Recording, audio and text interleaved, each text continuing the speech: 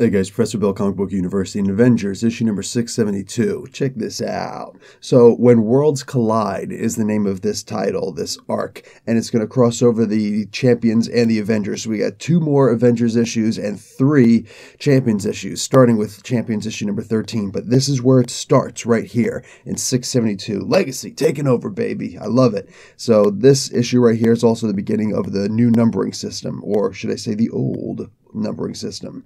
So there's a meteor coming to Earth. It's funny. These guys are sitting here having a conversation about Counter-Earth. Now, anybody who doesn't know about Counter-Earth, briefly, okay, in less than a minute, the High Evolutionary created an Earth that is counter to Earth, hence the name Counter-Earth, that is exactly on the opposite side of the sun as to where the Earth is. So this way the Earth would never actually see Counter-Earth and vice versa. And this was a big deal for Adam Warlock. It's the reason why he got a soul gem, so on and so forth. And the High Evolutionary just makes hybrid animal humans there. So bang, that's it.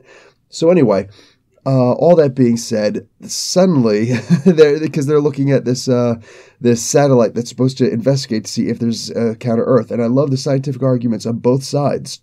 Well, the scientific arguments are that there is no such thing as a counter-Earth because the gravitational waves and all that stuff, we would be able to see that stuff. And the Nobel Prize was just awarded recently because of the proof of the existence of gravitational waves and the ability to measure them, even as long ago as, like, Big Bang era. So, all that being said, we now start off with the Avengers who've actually been, and the Champions who've actually been to Counter-Earth. They're like, no, we know for a fact it exists because we've been there. So the question now, and I love that we're going to figure this out eventually by the end of this arc. I love that because I always questioned it myself, like, what are they doing with this? We did just see it recently in the Ultimates too. So we're hopefully going to find out, like, where exactly does it exist? Is it in a different reality, a different dimension, in subspace? Where is it?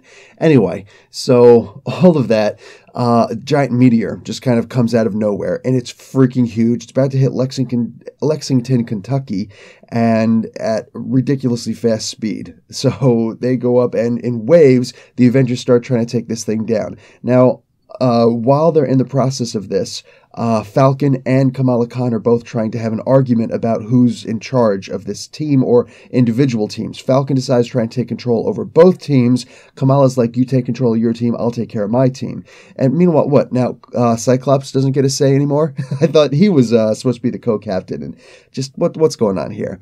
Anyway, Falcon did seem to overstep a lot. At the same time, youth should bow to, deal with it. Youth should bow to experience at all times. You know what I'm saying? When you're in a crunch, and this is a crunch, you've got seconds to act. Freaking do it. Don't get your freaking panties in an uproar. I know that's not supposed to be a misogynistic comment just because it's Miss Marvel. I don't know if she wears panties. She could be going full commando for all I know. The idea is that don't freaking get, ticked off because somebody who has much more experience than you, he learned from the best, he learned from Captain America. He was Captain America for a while, damn it. You listen to him. At the same time, Falcon came back, and yes, he is calling himself Falcon again. Falcon comes back, Sam Wilson, and he's all like, hey, Nova, couldn't you have pushed a little bit harder? Whoa, shut up, mister. You were the most useless person out there aside from telling other people what to do. Like what? Couldn't you have flapped your wings a little bit faster and made the air current push it off, kilter a little bit? You did zero, zilch, nada, nothing. Big fat goose egg. Shut your mouth, dude. Don't come back and start freaking bad-mouthing somebody because maybe they didn't do enough. Anyway, so they did wind up stopping the meteor. They go out because it turns out that the tallest buildings in the world, all over the world, are starting to vibrate at a really fast speed. So they go out there and they divvy up, and Viv and Vision are both like, oh, we don't want to work with each other. And just, you guys are so stupid. Fine, whatever. So anyway, while they do that, Hulk and Hercules are going to stick around, and they're going to try and figure out what's going on with the rest of this meteor. And all of a sudden, it breaks open, and this big, gigantic Rintarah-looking Minotaur shows up, and he's like, "Roar!" And they're like, "Okay, let's fight." And that's pretty much the end of this issue. By the way, if you guys know who Rintarah is, 1, you're Doctor Strange fans. 2, you're kind of awesome. Anyway, this was a good comic. This was great. I'm giving this an A. Oh, yes, this was good.